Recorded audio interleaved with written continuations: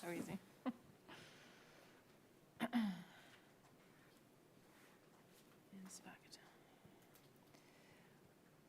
All right. It is 6:31, so we'll bring the Planning Commission meeting of Wednesday, March 18th to order. We'll start the meeting. We'll start with a roll call. Attendance.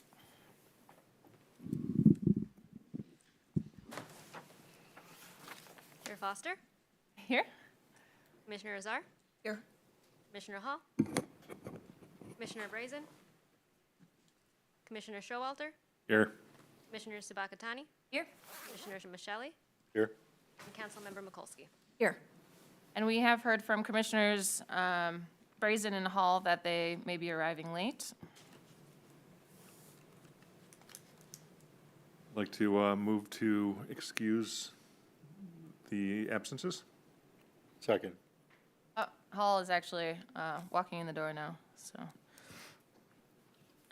we can amend that to just Brazen for now. Yep, I'd like to amend that to the absence of Commissioner Brazen.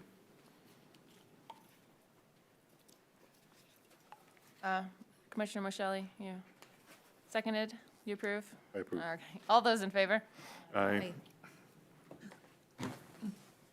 All right, moving on, we have approval of the agenda, and this evening we have 2 items of new business, a consideration of adopting bylaws and election of officers. We also have a discussion item about detention facilities. Do you have any changes or approval of the agenda? I'd like to move to approve the agenda. Second. That's a motion by Showalter, a second by Azar. All those in favor? Aye. Any opposed? Next, we have approval of minutes from our meeting from February 18th, 2026, our draft planning commission meeting minutes. If I may, through the chair, there is one edit that I caught following the, I guess, finalization of the minutes for your packet. The date is actually noted as Wednesday, February 17th, but we met on the 18th. February 18th. Yes. I'd like to move to approve the minutes from last, by the meeting, for the Planning Commission meeting, the last meeting, and with the amendment of it, the date being corrected to February 18th instead of 17th. I have a motion by Showalter, Approve the amendment. a second by Commissioner Azar. Motion to approve the February 18th draft planning commission meeting minutes by a second by Azar. All those in favor? Aye. All right. Next, we have a call to audience. If there's anyone who would like to speak on any item not on the agenda this evening, now would be the time.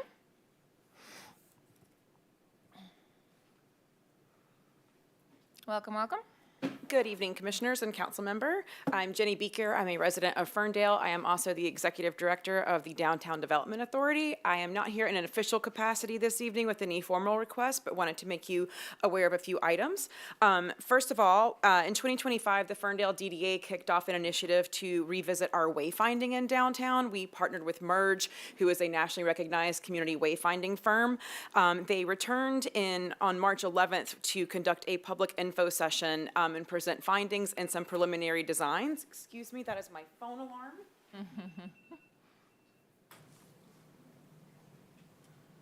Did not want to be late for this session. So they presented their initial findings, because good wayfinding is not just signs and arrows, it's how we anticipate and support people's experience in our downtown. So the ask is to present you all with some information. There is a short 30-minute presentation that can be viewed on YouTube, and then there is a follow-up survey to review some of the proposed designs, provide input about their pros and cons, and what shape what our eventual signage might look like, not just in downtown, but throughout Ferndale. So I will leave these. I think I have 10 copies printed, if those can be distributed to you afterward.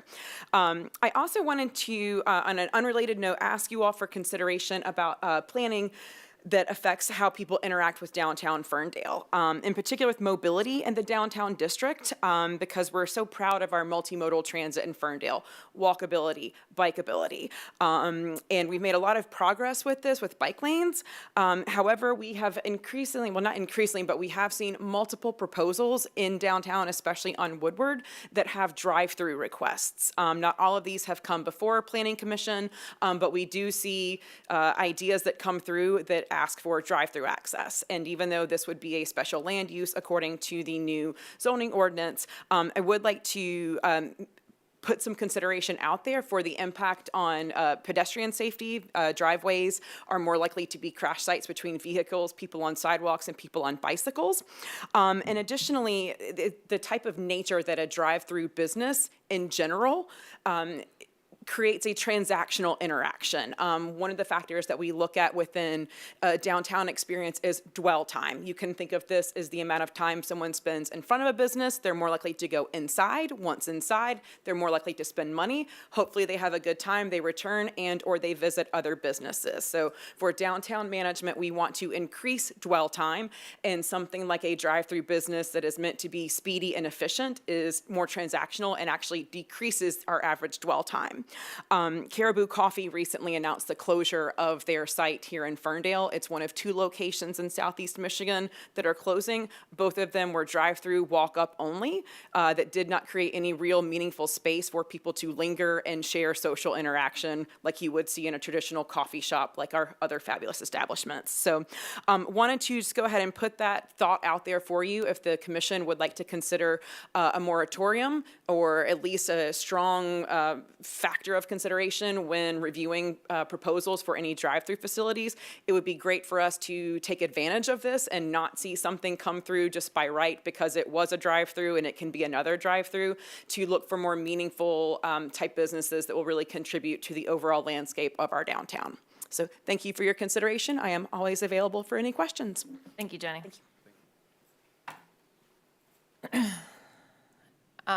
Would anyone else like to speak on any matter other than anything that's on our agenda for the evening? Now is the time for call of audience. We don't have any public hearings, but I can still Oh, I call see. audience. I but- thought you were transitioning to the next step. Looks like we have another, so we'll keep it open. Thank you. Welcome. Hi, Paul Collum, East Breckenridge Street. I am voicing my support for a ICE detention center moratorium, kind of giving it some thought about the complexities of it. And some of the things I thought we could do is really make them jump through some hoops if they really want to push it.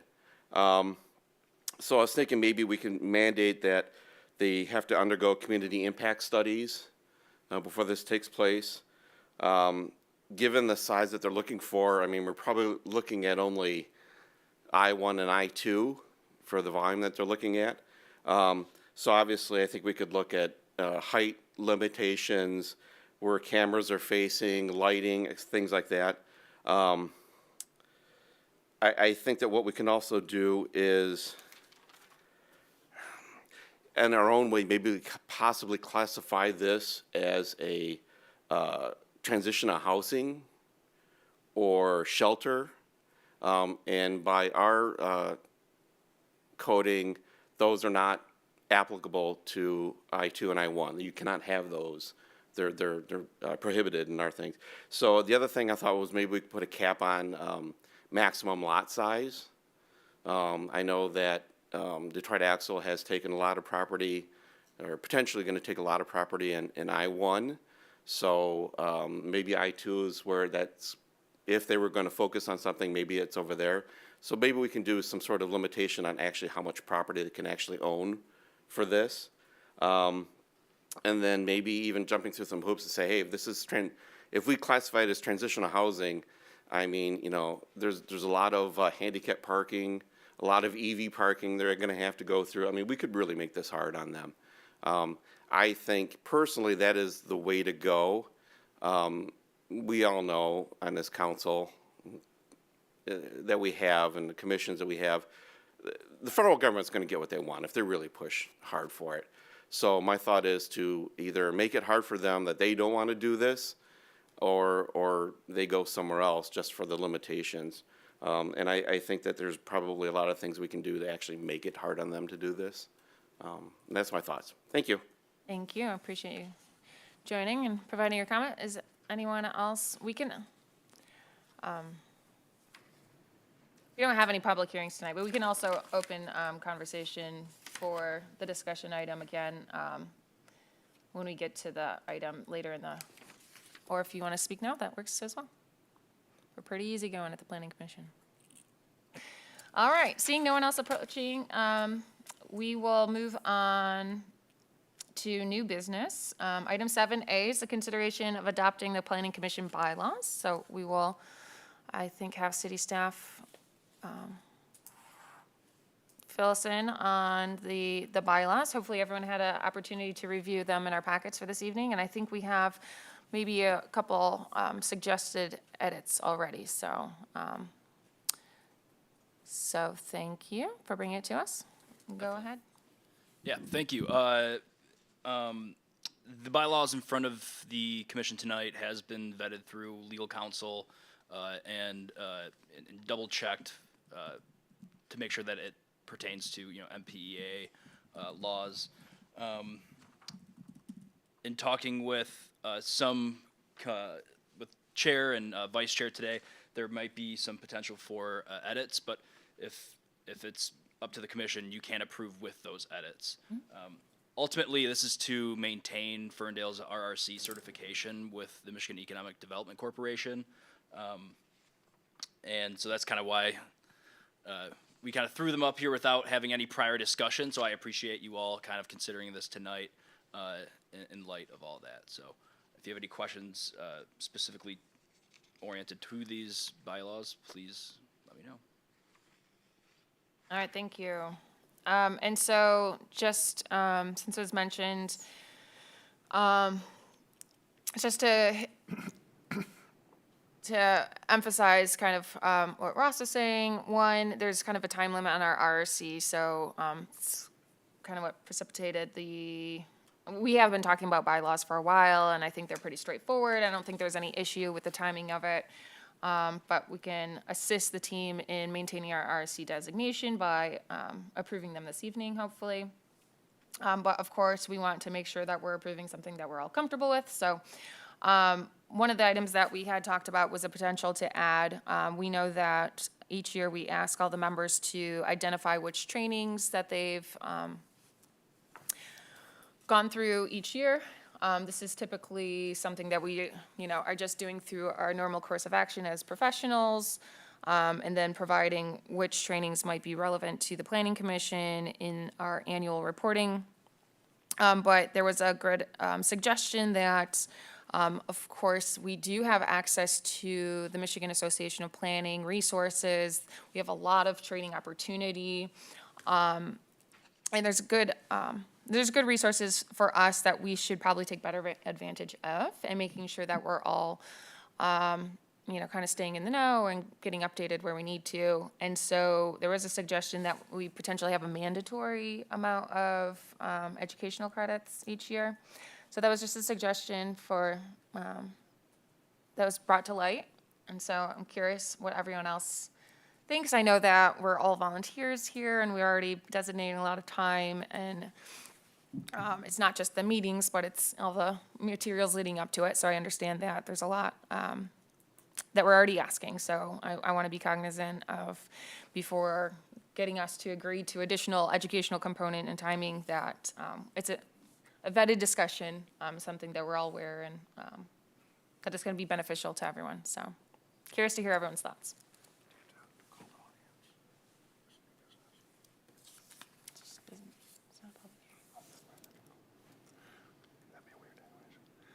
Commissioner Azar, did you have some? Sorry to call you out, but I saw you adjust your microphone.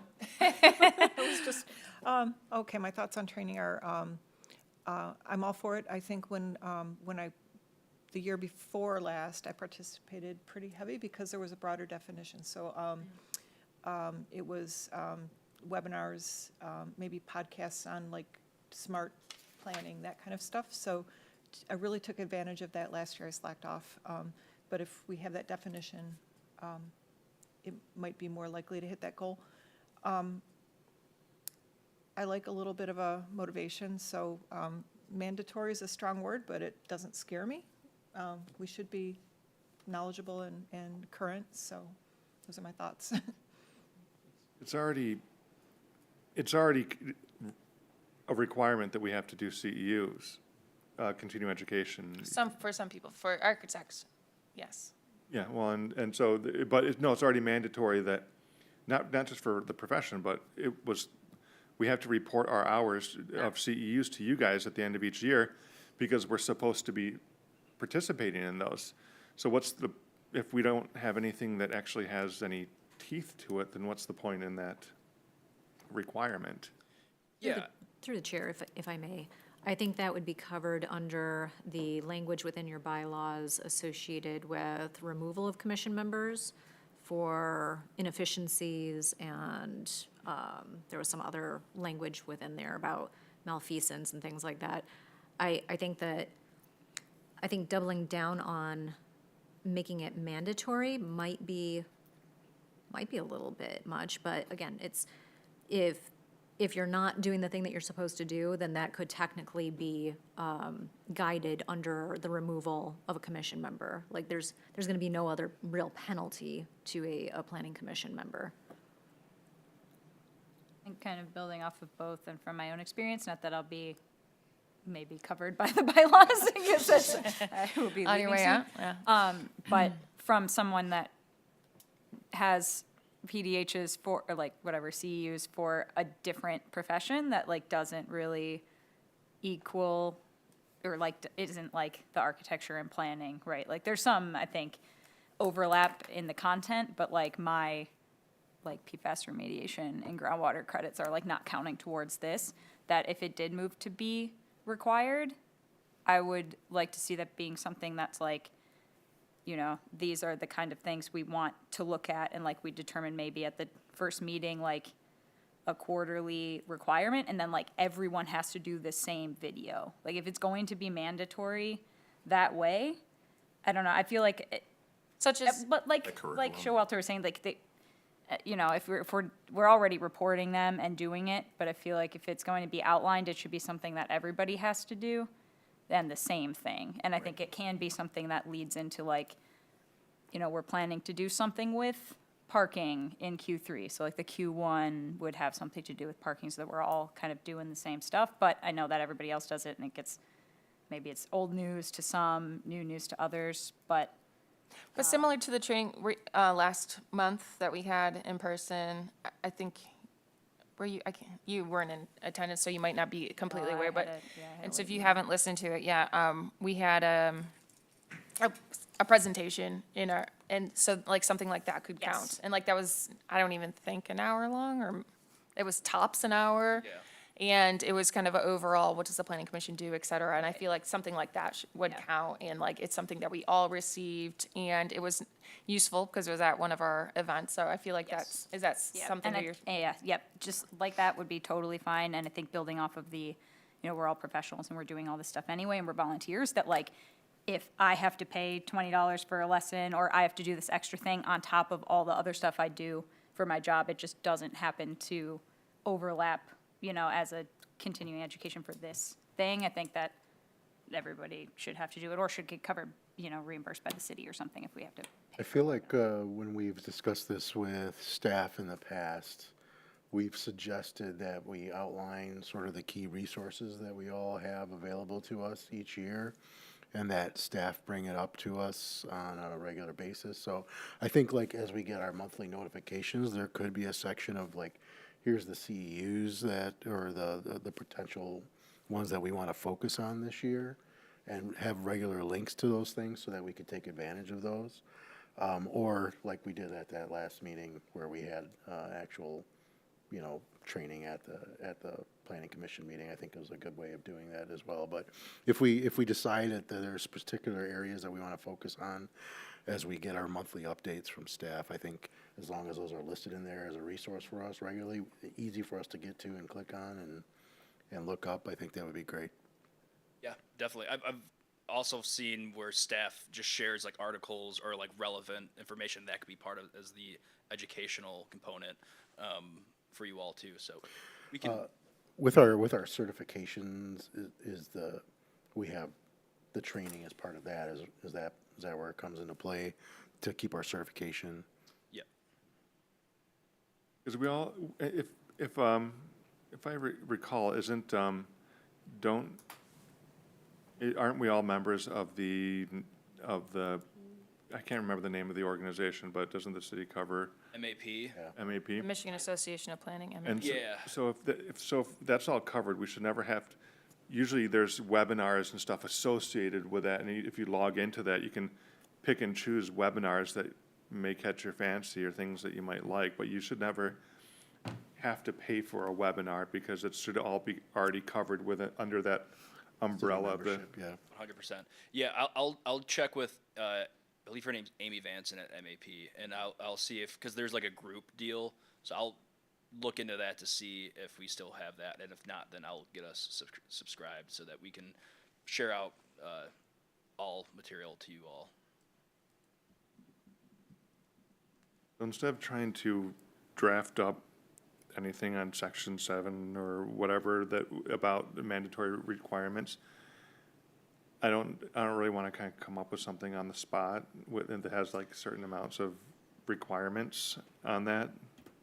I would maybe suggest that we look at something in there to maintain our standing as a, what do we call it? Is it the RRC? RCC? The redevelopment ready community, sorry for all the acronyms, yes. That way, if those requirements change over time, we're adopting what those requirements are in order to stay aligned with that certification. So I know that we need to report our hours. Is there a certain number of hours we're supposed to meet for the RRC? I'm not aware of a specific minimum. Okay. I think it's just a general. It's a general training plan, and that we were supposed to, like, we come up with our own training plan, and then we share out, and then, you know, we just make sure that we prove to RRC that we are following our training plan. So I guess I would have to check to see what exactly our training plan is moving forward. But do you see what I'm saying with the suggestion? That way we don't have to codify the specifics, but just align ourselves so that we know that there's requirements for training of some sort that we have to keep up with in order to meet those requirements.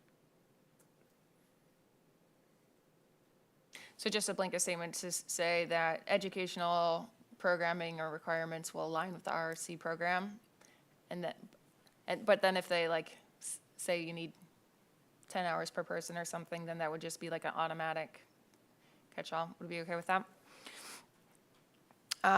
Obviously, we could always amend it if it becomes too onerous. Yeah, if we don't want to be a member anymore, or yeah, I mean, if it's our goal to be a member of that, then we align with what the requirements are. But if we don't align with it, then we can take that out of our bylaws. I think we're comfortable with that now. Like, we can always review at a later date if we want to create more rigorous standards or, mandatory hours. But I think, it sounds like everyone's willing, that we're wanting, we're kind of aligned in the goals, but we don't necessarily see the requirement to codify it at this time. So sounds like we can add potentially that's a duty of the planning commission. So section 5, we can add I to, we can just amend G to say that to attend training sessions, conferences, or meetings as needed to properly fulfill the duties of the planning commission and the redevelopment ready communities program. Does that work for everyone? That sounds good. Does anyone have any other discussion or comments on either that or anything else on the bylaws? The section numbering is out of order. After 5 is 7, and 7. then 9. And then item 4E, point A, references section 7, so that would have to be updated to 6. And then the last one should be 7 and not 9. So just numbering. Thank you. Comes of a consequence of trying to get this in front of you guys, right? So I appreciate The that. content's there. No worries. Yeah, right. All right, so we so far have 2 edits, section 5G to add the RRC and section numbering. Any further comments or suggestions, edits? Seeing none, we can,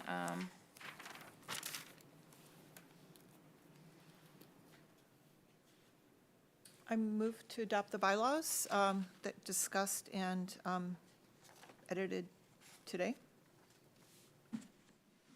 a motion from Commissioner Azar, a second by Hall, to adopt the bylaws with 2 noted edits. I have a roll call vote if there's no discussion on the motion. Hearing none, we'll take a roll call. Commissioner Michelli, Yes. Commissioner Azar, Yes. Chair Foster, Yes. Commissioner Showalter, Yes. Commissioner Sabakatani, Yes. Commissioner Hall, Yes. Councilmember Mikulski. Yes. All right, thank you. Motion passes. And thank you for making those edits, and thank you for helping us fulfill our RRC. I know it's, there's some carrots that they give us for maintaining RRC, and I think our development community and our residents approve of us being redevelopment ready as well. So, next we have on our agenda, election of officers. The secretary position is new as of last year. Because our meetings are recorded, it is not the most necessary and actually, I probably should have brought this up in our previous note, because in our bylaws that we just approved, we actually don't have a secretary position. Our current secretary is Commissioner Michelli. And actually, sorry, we have the opportunity to potentially go back to our bylaws and amend to add a secretary if we see that it's necessary, and if we find that it's not, we will remove that from the voting of the election of officers. Through the chair, also to mention that we might want to BZA? include a BZA liaison on here. Yes, thank you. We will add that. That is necessary. Anyone have any strong feelings to keep the secretary position? Or oust Michelle? I don't know. Michelle, have you found it to be have you found like you've contributed and it's worthwhile, or? I mean, most of my tasks over the last year has been recording motions and seconds and votes and just make sure there was like a double check to share with staff, but just as easily reviewed through the video. So I don't know that there's any other formal role. Have you then been been consistent then with checking your notes and then checking the minutes? Obviously, we all review the minutes. I But share my notes with you just share staff. your notes and then, They have it as they're putting together the official minutes. I'm always taking notes as well, which probably shouldn't be because it probably heeds my ability to conduct a very efficient meeting, but it's just also part of my nature to take notes, so. Do you have any strong feelings one way or the other? No. So we'll move forward without the secretary position?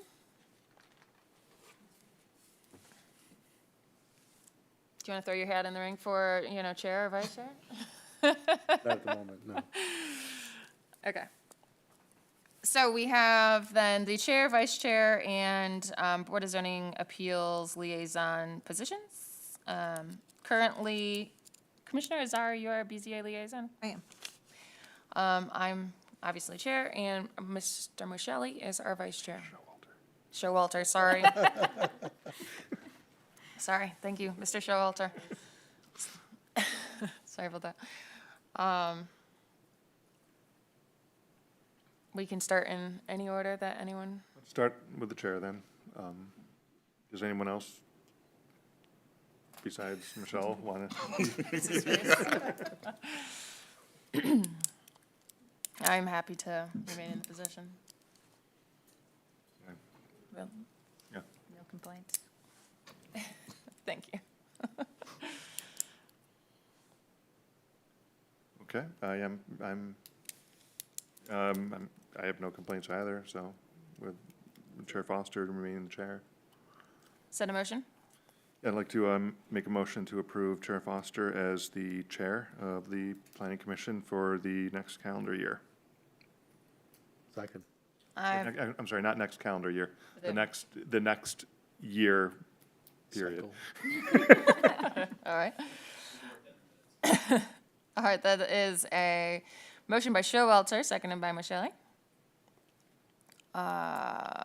All those in favor? Does that work? Aye. Okay. Any opposed? Motion passes. And next we can go with vice chair. Yeah, I don't have a problem serving again. All right.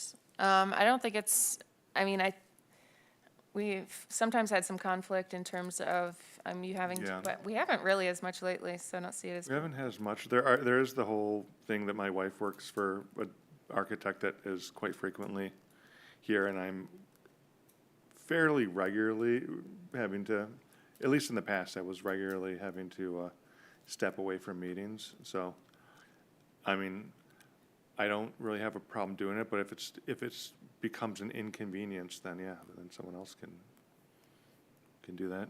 Hasn't seemed to. So I support you remaining in the position if no one else wants to step up or makes it an easy vote. If anyone would like to, I move to recommend Commissioner Showalter as vice chair.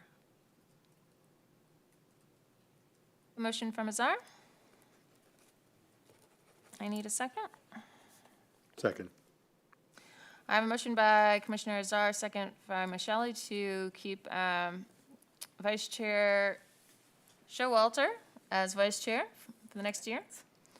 All those in favor? Aye. Aye. Aye. Any opposed? All right, motion passes. Thank you. And BZA liaison. I'm still interested unless someone else would like the opportunity. For the 0 BZA meetings that we've had in the past We year? had one last night. Oh, nice. 18 months. We've Can't both- wait to hear about it. All right, thanks for that. All right. Move to continue to have Commissioner Foster as our BZA liaison. Azar? Azar. See, you were looking at me, that's Yeah, what I I did did. the same thing. Yeah. I have a motion by Michelle, Oh, second. a second by Commissioner Sabakatani. Motion is for, sorry, I read my bylaws and realized that I'm supposed to be repeating the motions, so don't normally do this, but I will continue to. Motion for Michelle and second by Sabakatani to, for Commissioner Azar to remain our BZA liaison for the following year. All those in favor? Aye. Aye. Aye. Aye. Any opposed? Motion passes. Thank you very much for your service. All right.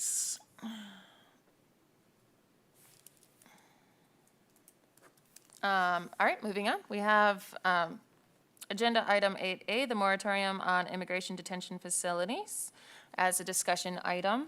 And so we can have a update from our city staff. Yes, so at the previous city council meeting, council approved a resolution to for a temporary moratorium on immigration detention facilities. And with that, it would be 6 months, if I think I'm correct there. And with that, council also asked planning commission and staff to look into a potential more permanent resolve to adequately address their concerns with detention facilities in the city. It's staff's notice in the zoning ordinance that they would fall under government facilities, and government facilities are permitted in every zoning district. It's going to take some collaboration between Planning Commission, CED, and City Council to kind of figure out exactly what makes sense with this. And thankfully, we do have 6 months to do so. So that's all we have at this time. And no action is required tonight by Planning Commission. City Council already made action, so it's just a matter of having the discussion around this item. So. Great, thank you.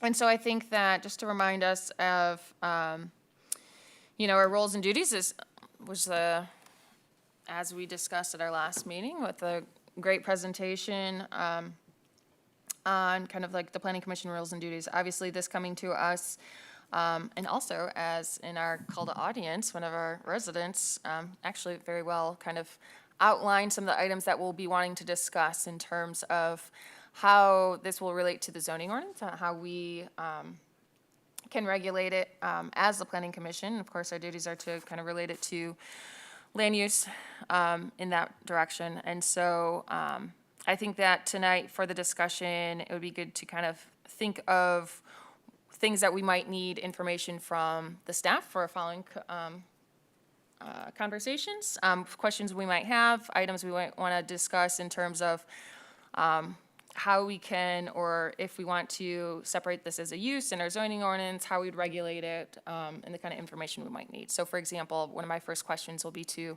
staff is to, since I'm not very familiar with regulating these in zoning ordinance in terms of how are they licensed potentially. Oftentimes we designate land use items definitionally through how we're going to regulate them by like a business license, how they're either regulated at the state or city level in those terms, to kind of spell them out. So currently, I believe detention facilities would fall under government buildings. So it's a very broad, vague category, which I don't have it open, but I believe that those are allowed in, a number of different zoning districts. Gosh. And so, how should we even be defining this? If we want to define it, then, being able to define it as a specific use. And then, so like I said, we've already kind of had a really great breakdown in terms of then how would we regulate it as that specific use in terms of, would it have certain like massing or size restrictions? What types of districts would we want to regulate it to? Does it have like height, lighting? I thought the cameras was an interesting perspective. Like, I don't know. I don't think we've ever regulated that sort of thing. How can we, is that even the jurisdiction of the Planning Commission? That's a question I would probably want to put back to staff. How can we, and of course, how are we regulating similar uses? What are the externalities of that use, and how is it going to kind of serve in those districts and neighborhoods that we might put them in? So I want to make sure that we're kind of keeping the discussion around these items in terms of zoning, et cetera. If there's anyone else from the public that would want to speak on this item, I think now could be a good time to open it up if there was anyone that had further comment.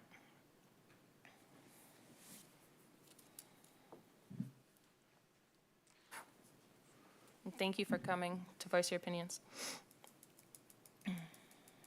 Hi, my name's Jonathan. I'm a Ferndale resident. Also on the board of directors for the Ferndale Area District Library. I have a very short comment because I feel pretty out of my depth at this kind of conversation. I don't really know how this stuff works, so part of the reason I'm here is just to listen and learn, but was here primarily because I was aware of the ICE moratorium activity, and on the agenda, I simply want to voice my strong opinion as a resident that I support a moratorium. I support, if it is possible, a permanent ban on any kind of ICE development in Ferndale. It's not our values. I don't, but again, I don't know if that's even possible. So I'm more here just saying as a statement of values as a Ferndale resident that I really don't want ICE presence or activity in Ferndale, period, ever, if that's at all possible. So thank you for the work you're doing. Thank you, appreciate it. Just a quick response, it's actually not, I'm forgetting if it's through the State Zoning Enabling Act or law that you can't really zone out specific uses unless there's very like specific like federal restrictions on those uses. And so it is not actually like one of the tools we have to just completely zone out a specific use from the community. So that is not one of the tools in our tool belt here legally. Is there any other public comment?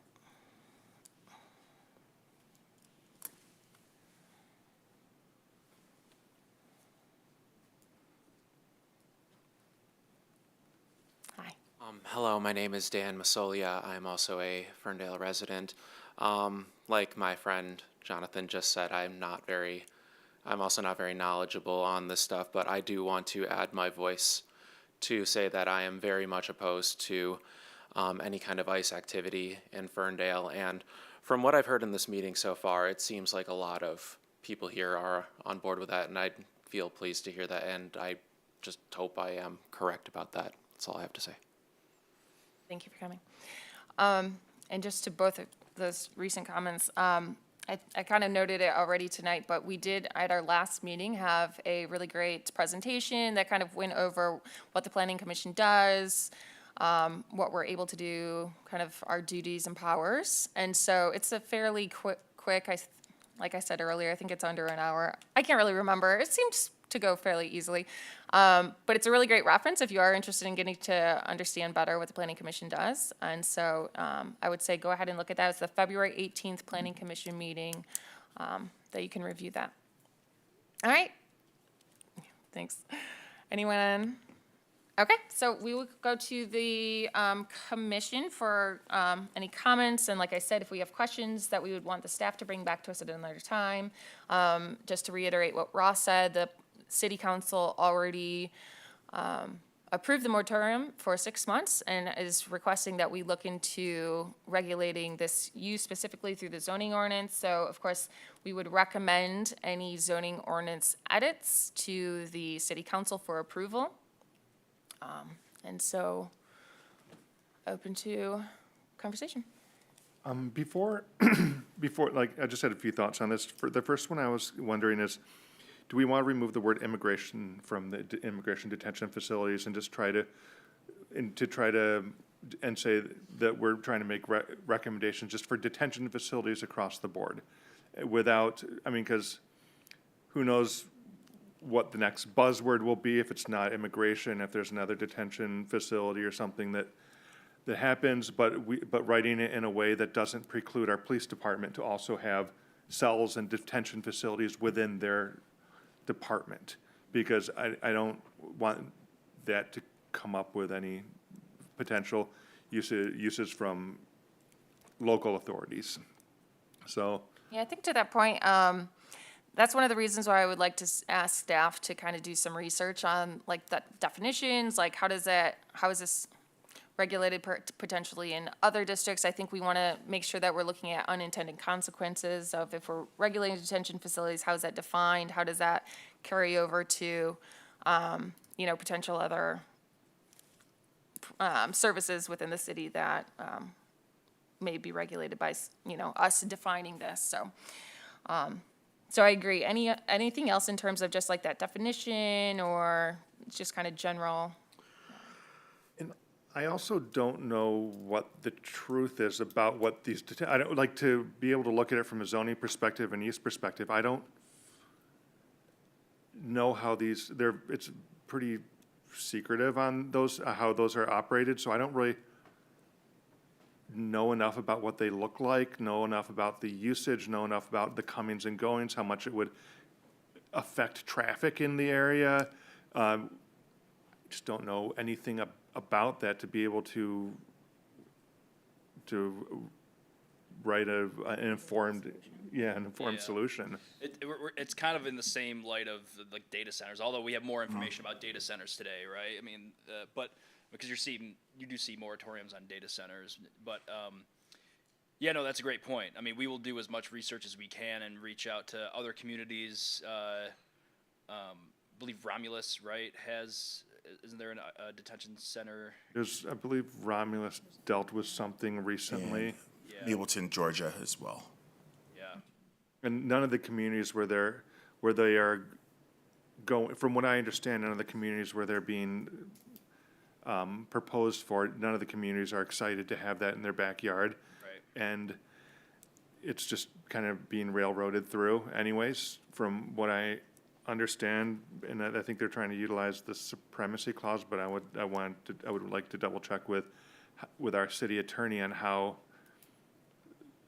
those legalities will affect, just to, Yeah, yeah, I because want, I think to Paul's point, from our resident Paul, he, kind of mentioned that to be able to get ahead of, they're gonna come and do what they want if they want to. It sounds like we've heard that this happens, but, we just updated our zoning ordinance. We have very defined idea of what we want our community to look like, and that's regulated through our master plan, through our zoning. We want to maintain our community character, and if there was something that was getting forced into our community, how can we regulate it? How much how much say do we have? Would be a good understanding to have, but like, we of course want to be able to regulate what our community character looks like, and I mean, that's what the powers that the state gives us, and that has been, established for a long time. And so we want to be able to probably have a better understanding. So I think these are good questions to be able to, like, what information can we get so we can make a better informed decision of how to regulate, so.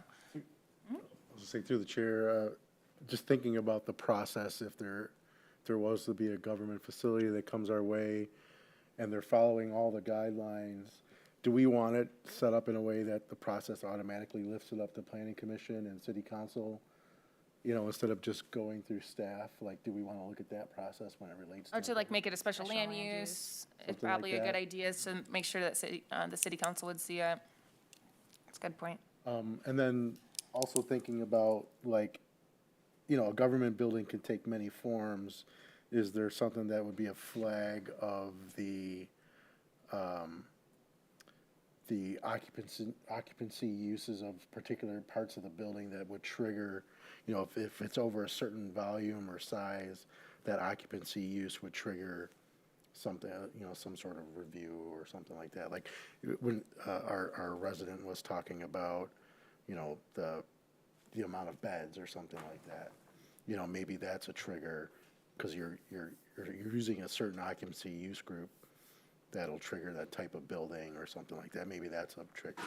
Yeah, so for instance, like a fire rating, that's the wrong phrase, but when they, occupancy per fire rating standards, Yeah. I'm sure there's a better phrase for that, but. Something similar, building off of off of the definition of a government facility, does 24-hour occupancy, is that a permitted use under our current definition of government facility? So that definition would be useful, and I think the, counterpart to that is then if they're like, well, it's not a government facility, it's just a detention facility, do we have, I don't recall in that table, even in a subsection, if we had a specific description of like a jail or prison type scenario, that would be maybe what it could be classified as if it wasn't a government facility, and what our restrictions are on those.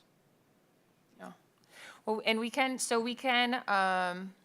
either, use what we currently have, we can also restructure it, and so maybe we need to take kind of a step back and ask kind of like some broader questions of like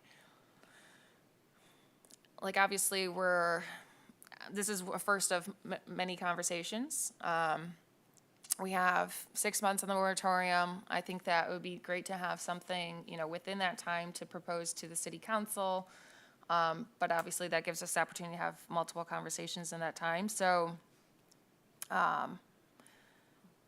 if there's any suggestions on how we want to structure that conversation, because I think there's multiple angles that we have. I don't think it's probably too overwhelming since we have a pretty specific topic. And so obviously we'll ask staff how much time they need to kind of research some of this, but I want to make sure that we're giving, them the question, the like more general questions that we have, so we can bring some information to have more detailed conversations. And then maybe, through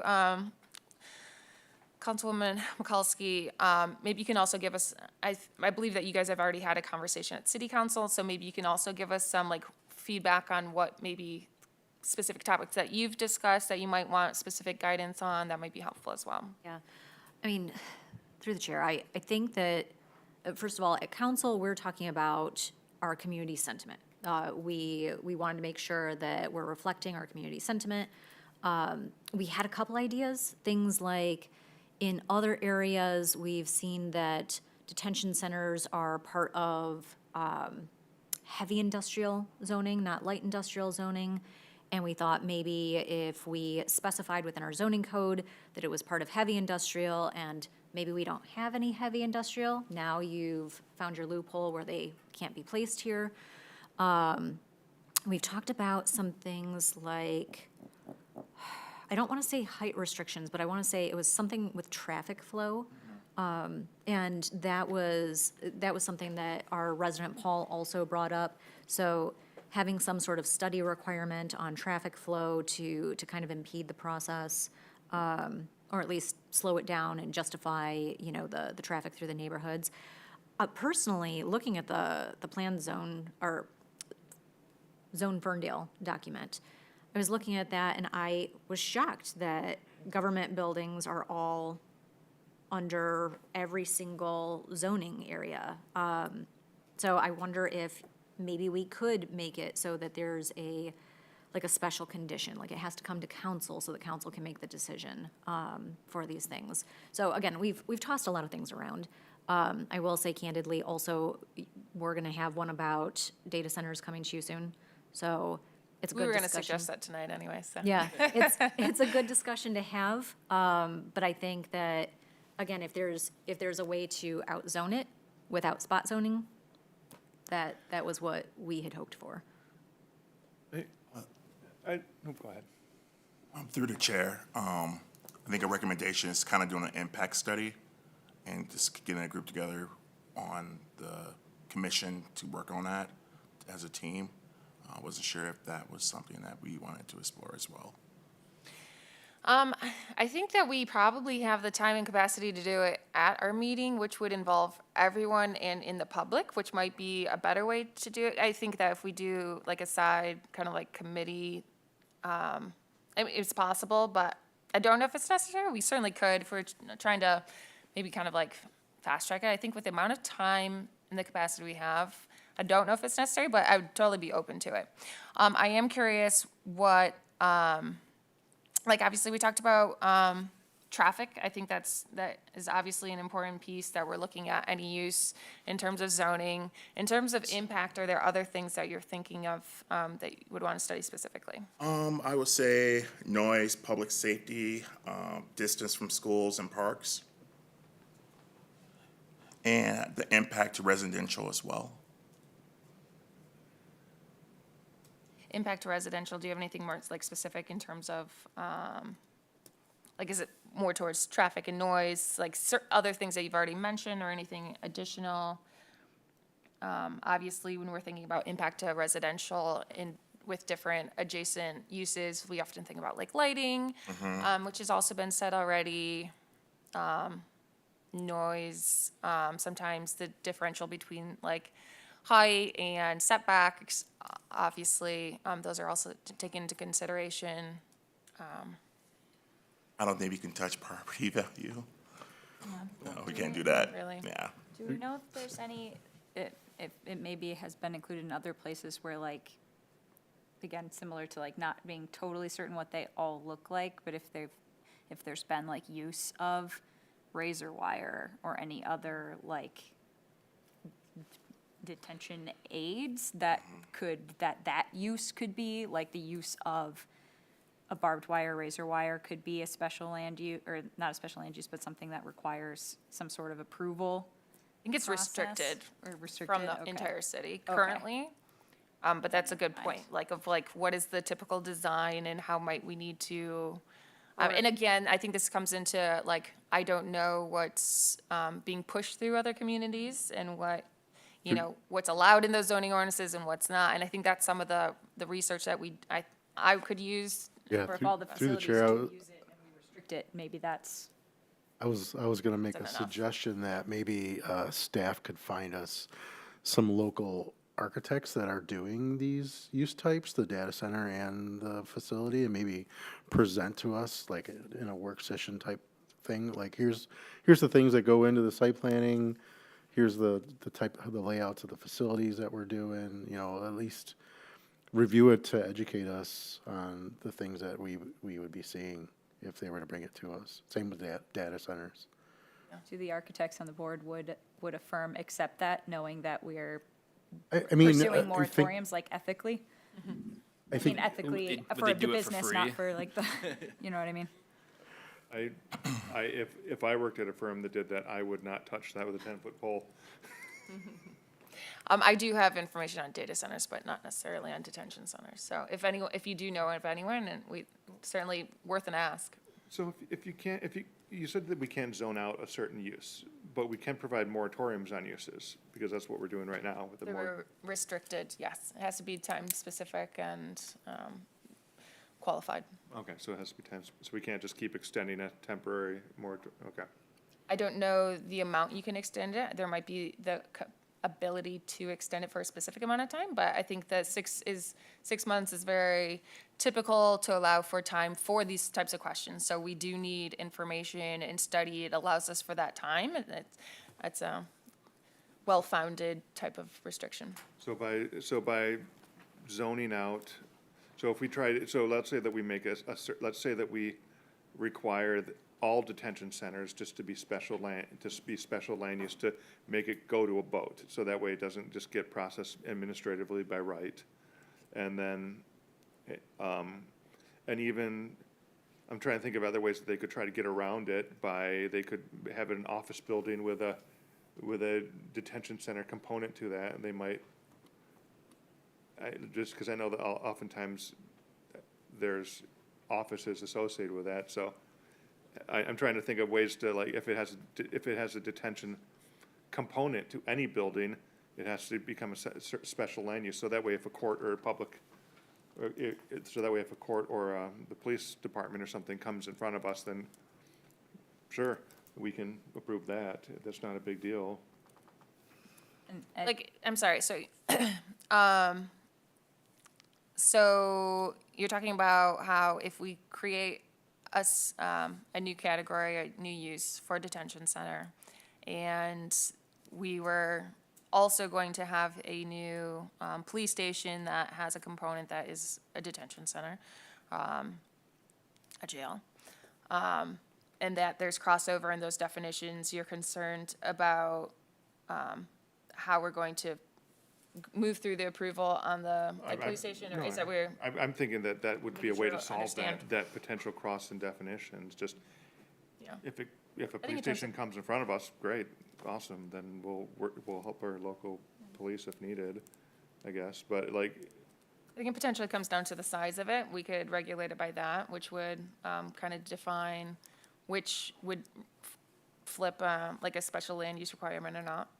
yeah, so like it has to be over, like, if 50% of your space is detention type thing. Yeah, or so many square feet, et cetera, like. Or if there was a use of 24-hour occupancy of a site, regardless of use, becomes a special land use? Because I know that like 24-hour, I'm thinking of 24-hour occupancy, like places that are open 24/7, like Three-shift factories and. Dunkin' Donuts, Yeah. police stations, fire stations, Yeah. those are all, Maybe 24-hour occupancy that isn't providing a service. I think that would be, they could argue that, they That could make an detention argument is the against that. service. Yeah, it can be use definitionally defined, and then by, a specific we can have conversations with see what other communities are doing to potentially mitigate this concern, talk to our legal counsel, which it's probably warranted, kind of in the interim. And obviously towards the end, once we come up with something as well, but, There's one additional thought on, before we move on, of a building use based on the number of occupants requiring like plumbed sewerage versus like only, not allowing temporary bathroom facilities could be a way to make it like prohibitively expensive to keep 200 people and the plumbing required for 200 people in a small building. I can't imagine that they're retrofitting warehouses to fit plumbing for the number of people that are being detained. But again, that's maybe goes down to how these facilities look across the country and if that's. Anecdotally, they've been put in communities where the local infrastructure cannot handle it and they're still being put in. And they don't, I don't think that there's, I don't want to speak for them, but I doubt that there's a whole lot of care to the actual conditions inside them, but I don't want to, Speculate. don't want to speculate on that. well, that can be a special land use requirement too, that we have sufficient, I think that's a special land use requirement, that's probably already stated for other uses, that we have the, appropriate infrastructure available to provide. I think it's also would be interesting to understand the building requirements for a building like this, and then how it's going to be like coded, and the occupant, like the certificate of occupancy, how that's issued, and how that will play into any zoning determination. Aren't there certain conditions inside a special land use? So you have to meet these, I think, the 5 conditions, like will not detract from Yes. nearby properties, will not adversely impact, I think, traffic, I want to say. I can't remember all the. There are, and then there's our 5 standard, I believe there's 5. We just updated our zoning ordinance, but I'm sure there's still 5. There's historically been 5. 6. Oh, there are 6? Ah, thanks. So there are 6 standard special land use conditions, but there's, for special land uses, you can also add on use-specific standards for special land use. Through the chair, I would also recommend the materials as well they can use. And then, not trying to quote Cat Williams, there's a difference between jail and prison. So having that in there as well with the detention and removing that. In terms of the length of occupancy? Right, and the verbiage of it as well, making sure that we're doing a full coverage. I think that we'll get in terms of like the definition, Right. which will be interesting to see how this is handled in other situations. And any other categories that we'd like to request, either, I think in terms of the definitions, kind of maybe like building standards, business licensing, like certificate of occupancy, those are kind of fall under a similar umbrella. Requests for research into that, how these are being dealt with in other areas, how what the community can and cannot regulate based on kind of other case studies. And then I think and then in terms of maybe cameras and how we can regulate those through zoning, that's not really something we've discussed before that I've had to deal with in the past, but something that we would request. And then I think the other ones are ones that we're pretty familiar with in terms of standard zoning ordinance. But if there's any other specific requests for the staff to bring back to us.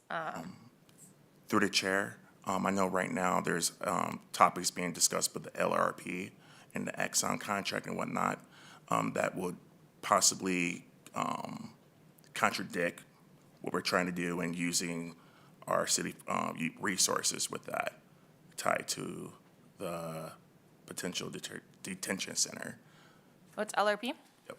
The autumn, AL, ALR, ALPR, Oh, PR. Yep, sorry. so It's, automatic license plate readers. Oh, gotcha. Oh, you mean in terms of cameras, correct. regulating cameras? Yeah. Yeah, well, we just haven't had those discussions at the planning commission. It's not something that's really Right. regulated by the zoning ordinance, so. Nor have I seen cameras regulated by zoning ordinance before, so I'm not sure if that is something, but maybe through special land use conditions, potentially, just if there's any precedence, for any of that. And just in general, I'd like to see what the city attorney, what his opinion is on the legalities of all of this. I mean, like making sure that we're not overstepping any of our bounds or seeing how, if this is just kind of, I'd like to hear what the city attorney's opinion on this would be.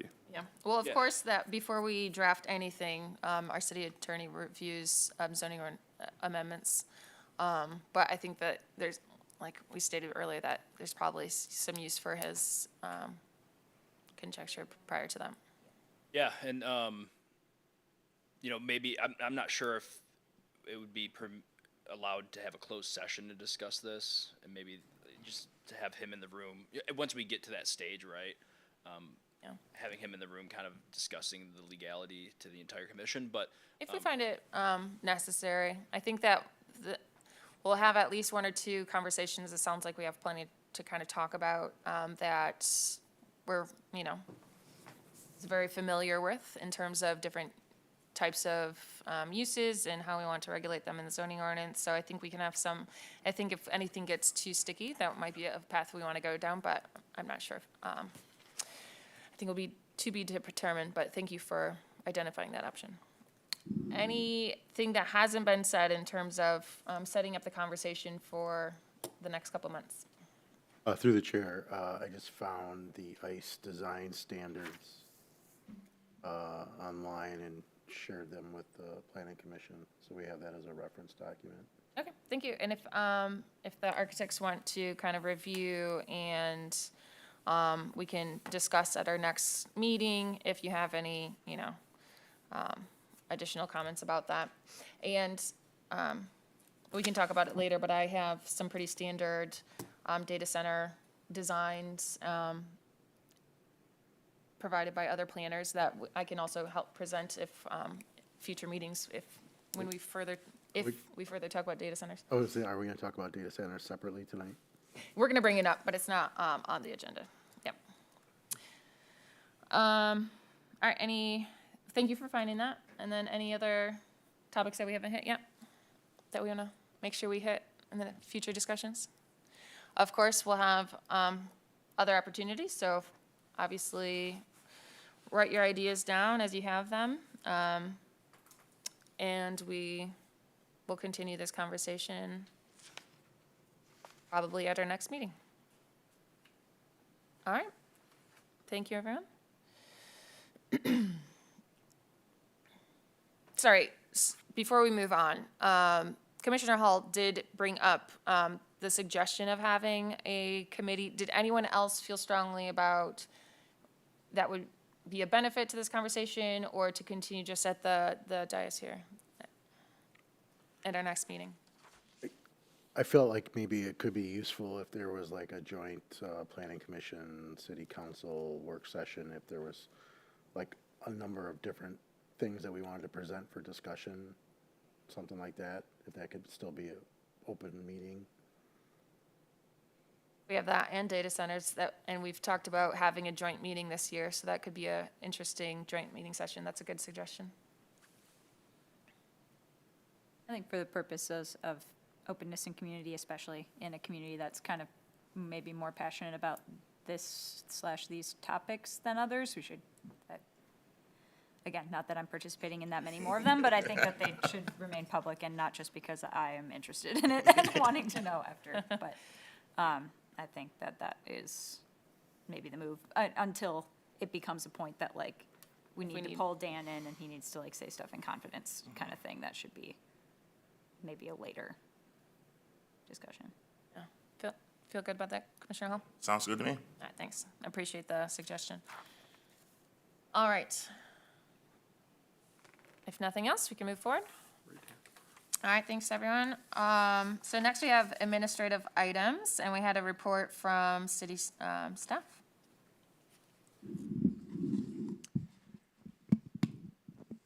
Yeah, so we just wanted to give a general update to the commission about some of the planning and building activities that have occurred since the adoption of our latest zoning ordinance.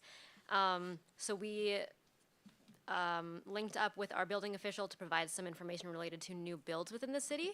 As you can see, the information in the first chart shows there are a total of 14 new builds that have taken place, largely within the R1, so the lowest density residential zoning district, largely single-family styles. There's one multifamily residential development that has been developed as well through a PUD approval process. And then there's been a single ADU that has been established within the city. Interestingly enough, we get a lot of inquiries from a zoning perspective as to where these can locate and the viability of being able to construct those, but we've only seen one that has been successfully through the process. So an interesting update there. From a planning perspective, as you all know, we allowed for some additional flexibility for administrative approvals based on, by right uses, and minor versus major administrative changes. So we have processed a total of 7 that have been approved administratively for minor or major changes, and we have processed a single administrative site plan for a multifamily residential development. So you can see there are specific numbers. These are all of those that have been approved this far. We do have a number that are currently being reviewed. It is about 5. So we're happy to provide more information related to those if you're interested. Otherwise, we can continue to compile this information and provide it to you on an annual basis as well. Thank you, I really appreciate it. And I don't know if that was a question or not, but I think annually is very helpful in along with our annual report. I think it was really helpful to have it from city staff as well, particularly since we made some changes to administrative approvals with the zoning ordinance update about a year ago. And so to that point, I had a couple questions. So one, you said you had one multifamily administrative approval. How many units was that? And this was actually a question that I should have asked you last week before I presented to the to the city council. But because you mentioned, I think how we had it written in the presentation was 1 unit, 2 unit, 3 unit, 4 unit, and multi-unit. But I think that this city can only administratively approve up to 4 units, but I just wanted to clarify that. And so that's the question to you.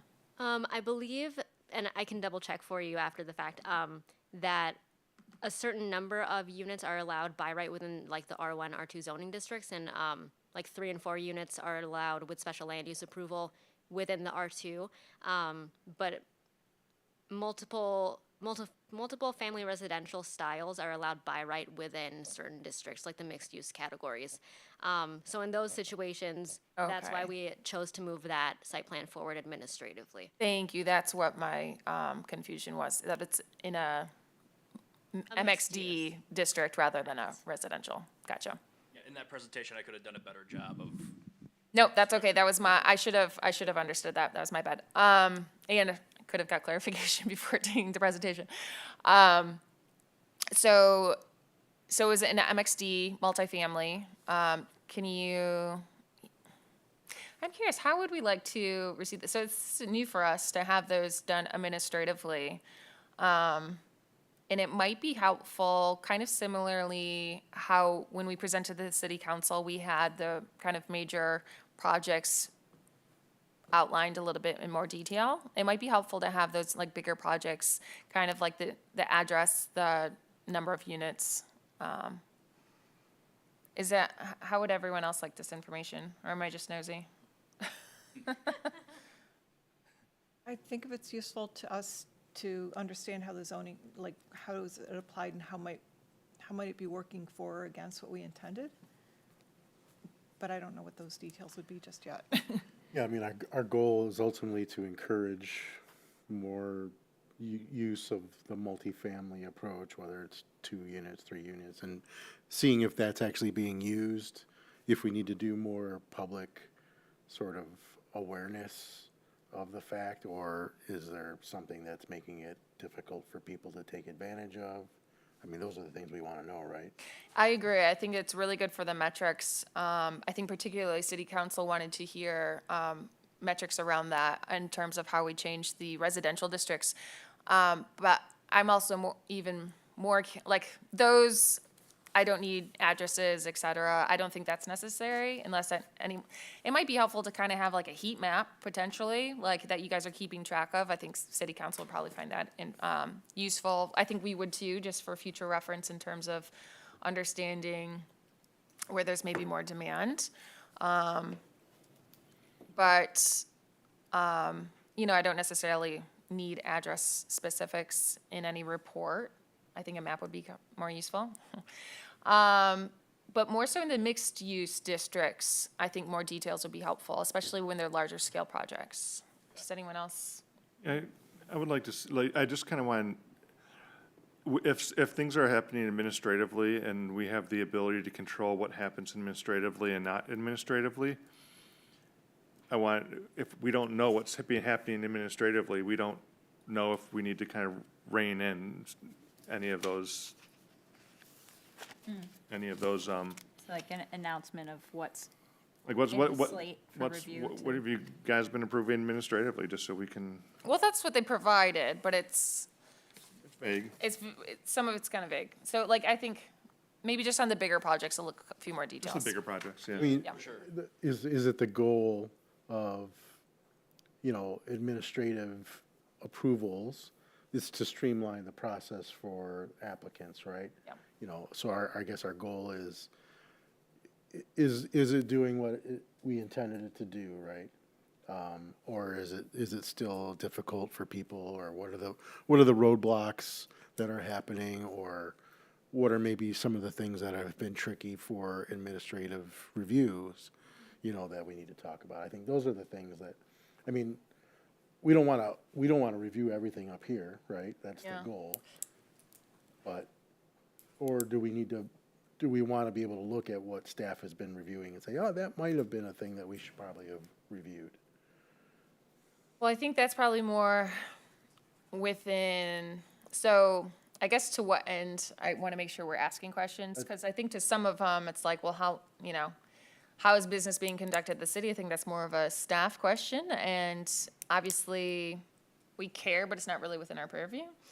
But the zoning ordinance working as we intended? Obviously, that is a good question to answer, and so any feedback, context along with that. My next question was actually going to be, how is, staff capacity? Obviously, this is a big change for staff, and there's been some turnover, so one, it might be hard to answer that question, but two, how is that working out? Again, we can't allocate more resources to you, so, but it's, kind of good feedback. Yeah, I mean, we could answer that right now. I mean, for being new, I mean, Melissa, I'll let you, obviously you speak to it, but we are looking for, we're interviewing consultants for additional planning services, just to have as a sounding board, as we go through our reviewing these applications. And I think it's also hard because there's, fluctuations in timing in terms of development, and sometimes you're really busy and other times you're not, and I think that having some contracted services is really helpful in that respect, so that makes sense. Just to kind of go off of that, yeah, definitely looking forward to some additional support as we, deal with those fluctuations in staff needs. In a CED department, we're kind of called in a lot of different directions, so it will definitely be helpful for that. I will say we've gotten a lot of feedback from the developing community as well as residents about the excitement and positivity in terms of flexibility and the desire to remain a community that continues to allow for better development. We've also received feedback from other communities that have really supported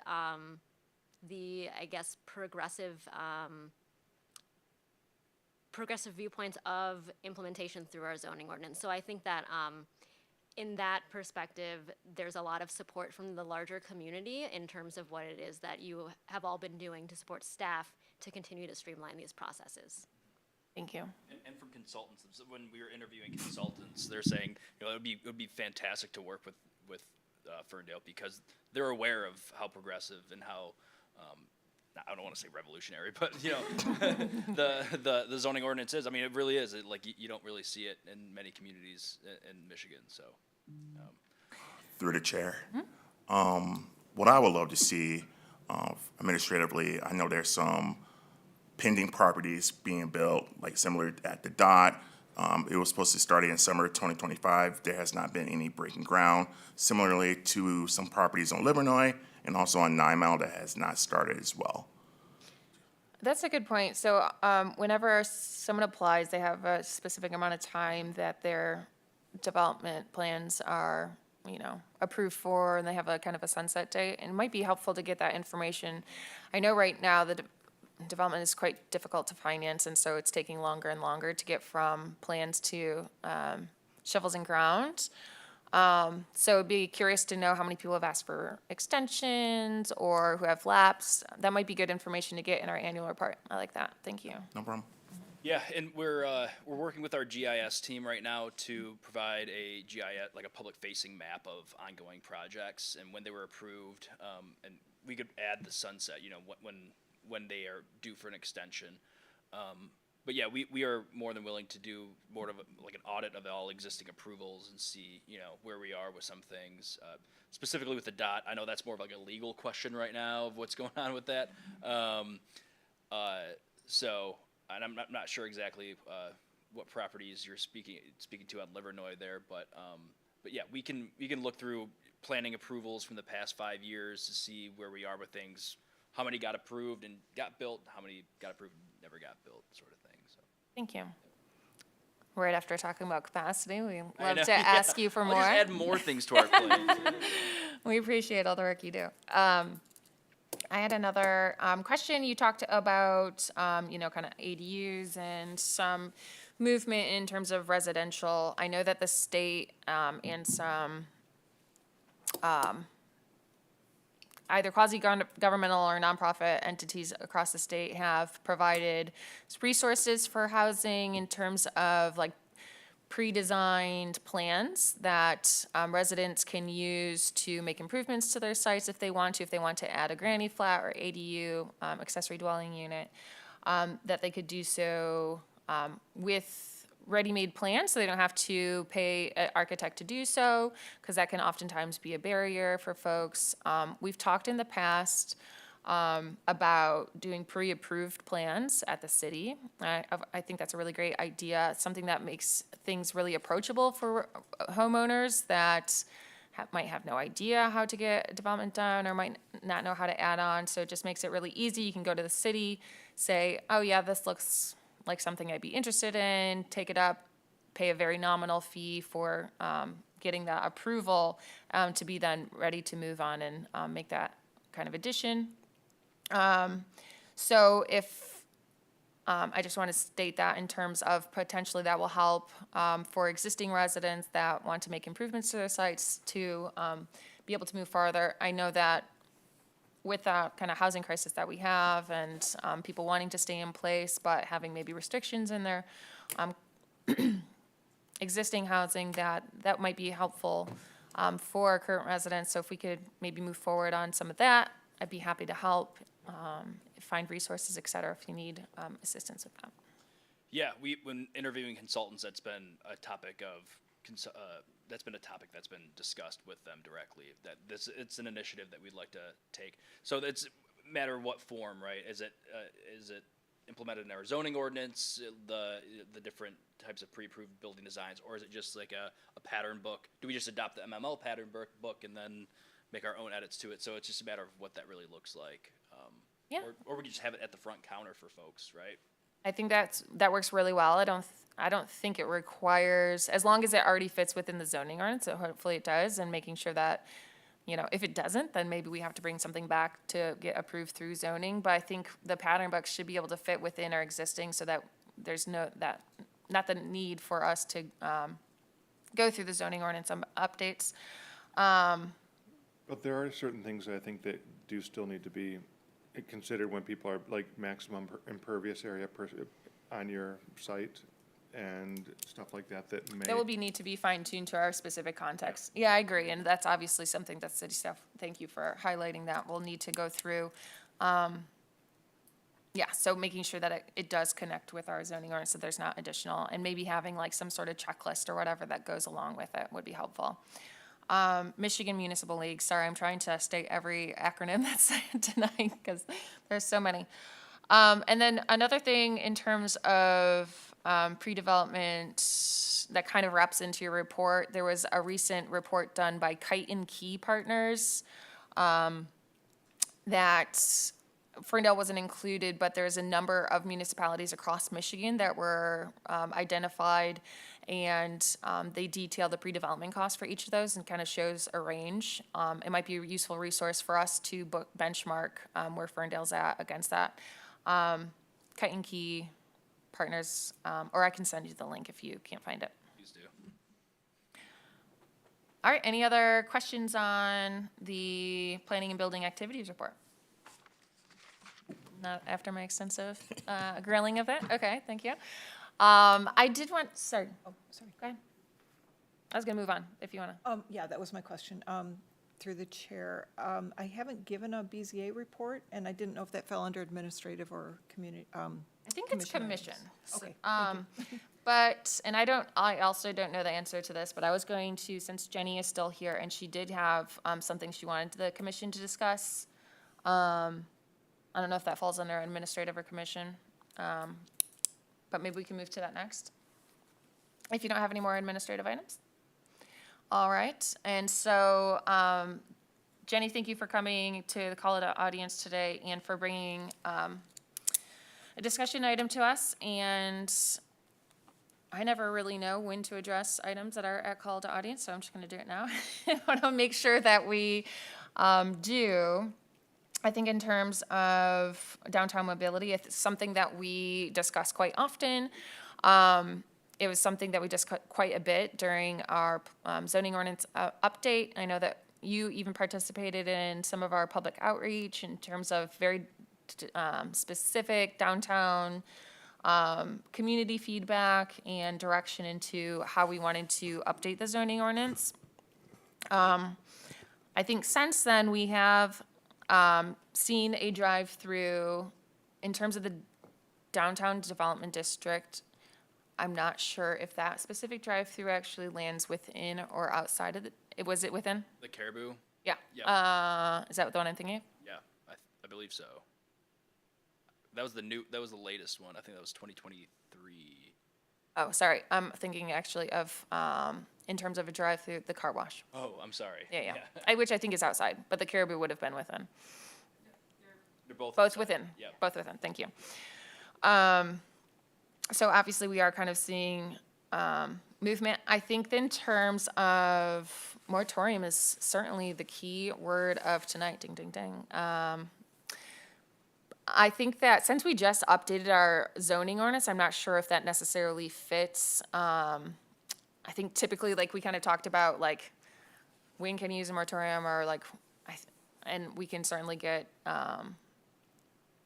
feedback from either staff or attorneys or whatnot on this. But typically would find that like something kind of new is popping up, like the data center, detention center. That's something that we haven't really discussed in the past. I think in terms of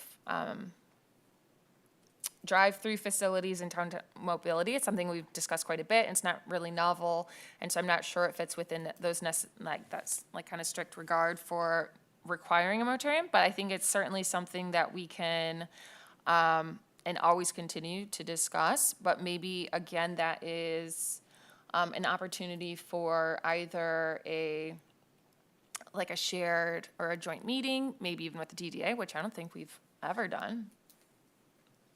Krista? Or, I mean, Recall one, yeah, with DDA. right? So that's a potentially unique opportunity where we could do something like that.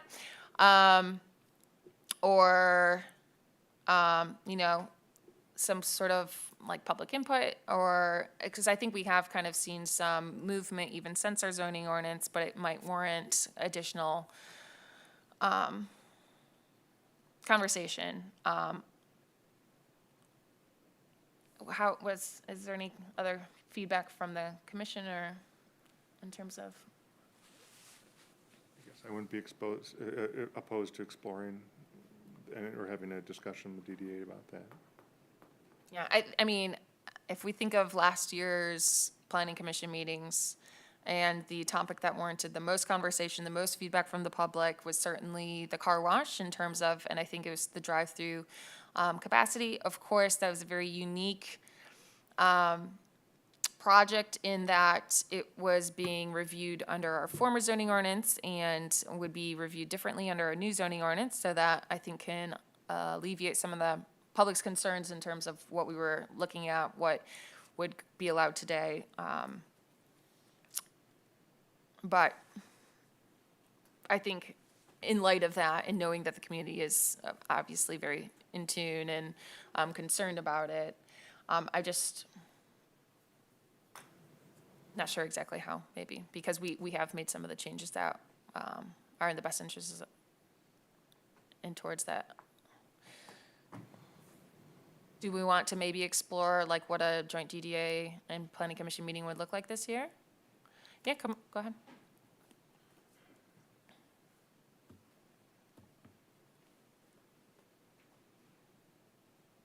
Hello again, and thank you, Chair Foster, and to the Commission for entertaining this. On behalf of the DDA, I think that it would be great to see further partnership between Planning Commission and DDA, because we do have a few other considerations that come up time and again. I think, again, I was a resident on the steering committee, and then later on gave input on the zoning ordinances as a DDA executive director, and we still see every once in a while like, oh, well, that's not maybe how we thought that was going to play out, and sometimes it can have different implications for the downtown district or other emerging commercial corridors. So there are a number of items that Downtown Association and Main Street would recommend, and I think it would be a natural partnership for those to go through the Planning Commission for us to understand how this looks like in practice for you all, and how we see it in kind of in principle with downtown management. So I would be happy to make that happen with Ross, who's been very patient and very responsive quickly on things that come at us, sometimes very quickly too. So thank you for the partnership and the responsiveness.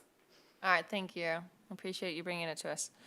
Yeah, and it's always good to get feedback. I think having these feedback loops is really helpful in terms of, like we said with the staff, of like how is their new ordinance working and what might we not be seeing that we might need feedback on, and having feedback with the DDA. It's always like good to, we talk about and we, see things on paper and we prove things, but then like being able to see how they work in real life is always really helpful. So that could be a useful exercise. All right, so moving on to other commission items. If Commissioner Azar, you want to let us know at our very exciting, after 18 months.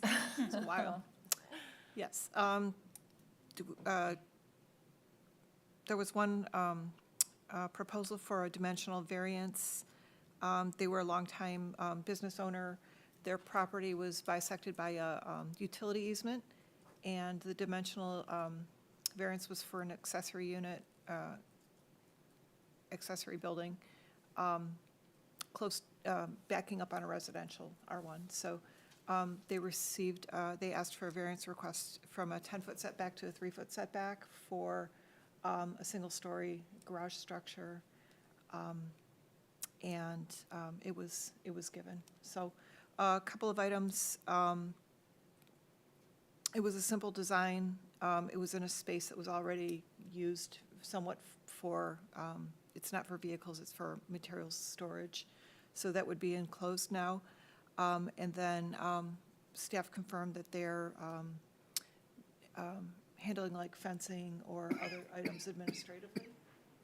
There was no impact to parking, so they weren't losing parking by having the structure where it had to be, or where it would best work placed, and green space as well. So fit well. It was approved. Okay. We have a 10-foot setback requirement in the backyard of a R1. For accessory structures, So like for MXD. against an R1. Oh, MXD versus, interesting. So is it MXD lot? Yes. Okay, I think in R1 for an accessory structure, it's 3 feet, right? yeah. So, and that was sort of what was brought up. It wasn't used as a justification by any means, but it was, you know, The impact of it is. the impact of it is, yeah.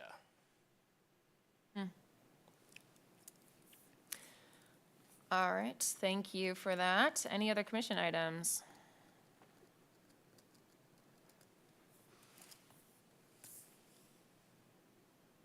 The data center, just to restate, I think that this is another use that is obviously coming up in other communities and something that we did not consider. I don't think it was, and apparently not in the news like 12 months ago, that we were 18 months ago when we were redoing our zoning ordinance. So I think that's something we should look at, that we should make sure that we get ahead of. I think that similarly to the detention center, it's not like we have, swaths of land where people are going to come in and try and put these things into our community. However, that doesn't mean that they won't still. There's smaller data centers, there's larger data centers, there's still opportunity. I think that's something that we should still get ahead of, particularly with such an resource-intensive use that could really stress our infrastructure if we're not prepared for it. So it might be something that we want to ask City Council for a similar moratorium. I think that maybe the timing of it works really well because at the end of these, 6 months, we can then, sometime within the next 6 months, have a joint meeting of the City Council and Planning Commission to work these through. It might be nice to have them side by side.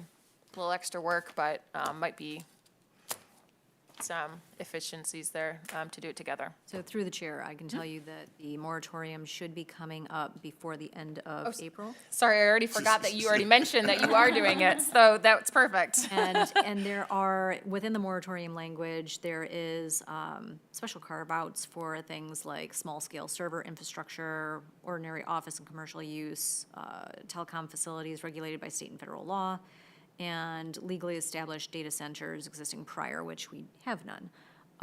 So Perfect. just know it's coming. Awesome. All right, good to hear. Through the chair, I would like to understand the position of city council or the specific reasons. Is it just because of the resource demand, what we're hearing from everybody else? Is that why we're Yeah, bringing it to the? I can speak to that a little bit. I would say it is resource use, it's noise, it's potentially the impact on neighborhoods. So all of the above, it's been a hot topic within the community, and we've seen data centers pop up in other areas. I want to say Southfield just recently had one. So knowing that, we thought that this was something that we should at least explore and see, is this something that could happen right in the middle of our residential area, and what would that look like? For the record, I've worked on 2 of them. Okay. Well, it would be helpful to have your input in terms of, design and what you're looking at in terms of architecture and site design. And yeah, was currently researching them for a project, so I think it would be helpful in terms of having some knowledge in how we should be looking at them and what we should be looking for. Likely would also be a special land use with certain restrictions that we want to look at when we're adding them to zoning ordinance. And so if you have communities where you're working on them where there are already regulated, it'd be helpful to have information in terms of those zoning ordinances, if you have it. I did them in a past job, so I don't know that I'd have access to it, but I mean, they were for a major company, and on industrial properties. Major company's property. Yeah. All right. Any other commission items this evening? Through the chair, I wasn't sure if this was taken care of yet, the redlining with the zoning, if that's been completed yet? I know it's like a few months ago, we were still looking at that to present to council. Are you talking about the food trucks or? No, just overall in the zoning. I believe we had some folks working on that. Well, we had some updates last year in May of like edits to the new zoning ordinance. That, the ones in May, we reviewed and sent to city council. There were additional ones that you're referring Yeah, to there were some specifically? some typos, and we clarified. It was that really long meeting we had. It was like 4 hours that one time. But I think we, was yeah, approved. Approved in June. okay, yeah. Did we have to table any of those edits? I don't know. I would have to rewatch. Maybe the just because I know that we did send them to city council, at least some of them. Okay. I kind of remember having to table maybe one or two, so maybe relook at that. I already know that the lighting ordinance we have to change, Okay, but that won't be a it'll zoning. come to us at a future date. That won't be a zoning change. I'll just have to. You deleted lighting from the zoning ordinance and it Okay. referred to It's section outside. 6. Yeah. So, but Okay, so you're there's working on that loose ends that way that I'll. okay, that's good to know too. I'll look at it some more. Okay, Let you guys know. thank you. Anything else? pretty sure I have one more thing. There's a lot of feedback from residents trying to figure out how to demystify our group and whatnot. How can we build a communication strategy working with Riley Coleman or something like that to kind of help our residents to know, hey, this is what's going on, and kind of have everything more digestible for them? I wasn't sure if we wanted to explore something like that. Interesting. Well, first, I'd say again, I'll repeat as many times as I need to, but February 18th, the Planning Commission meeting, I think was really helpful, the presentation we had, to go over, what is a Planning Commission, what are our duties and rights and roles. I think that's just generally helpful, and I think that we were going to post that on the website.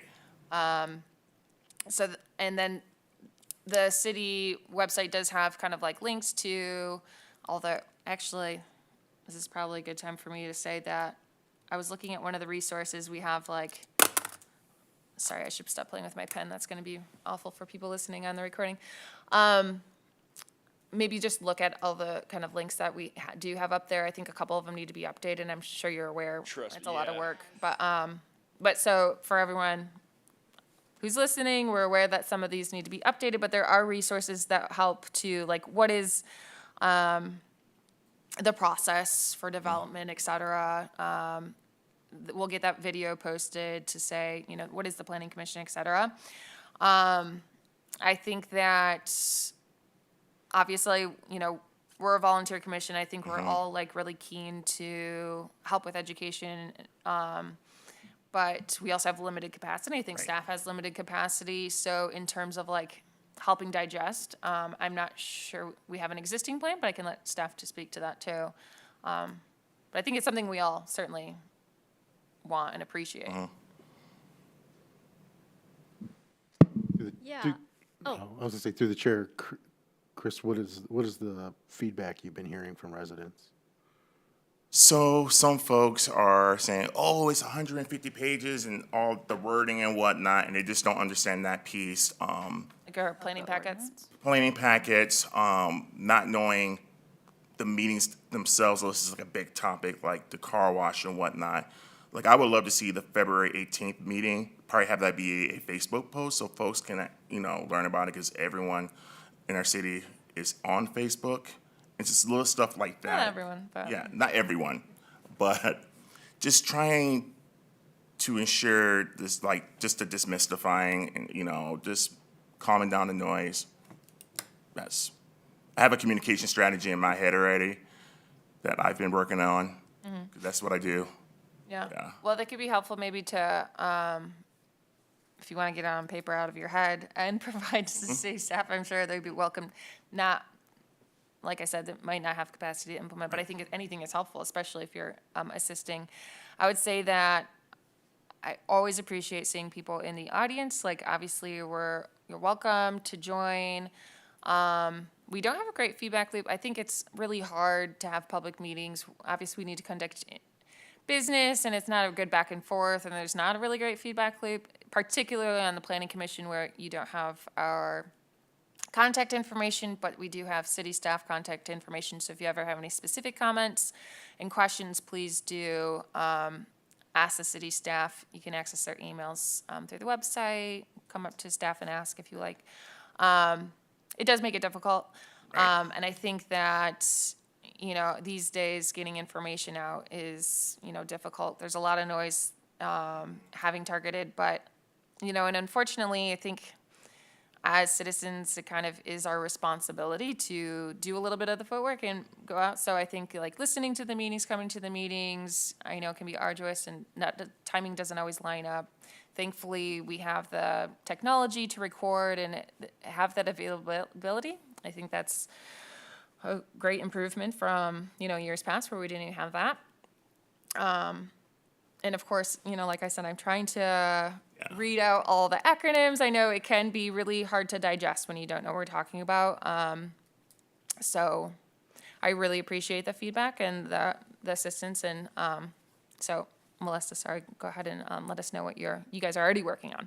Yeah, thank you for bringing this up. I think it's really interesting. You guys are all kind of saying the things that we're internally discussing and thinking as well, so maybe it's in the ether. We have had some conversations with our communications department as to what our intention might be in terms of increasing transparency, making our planning, zoning, building, community economic development practices more approachable, and you know, understandable, I guess, for the general person who may not ever want to come into City Hall or give us a call. So we are definitely working on what our best opportunities might be moving forward for increasing that interaction with our residents.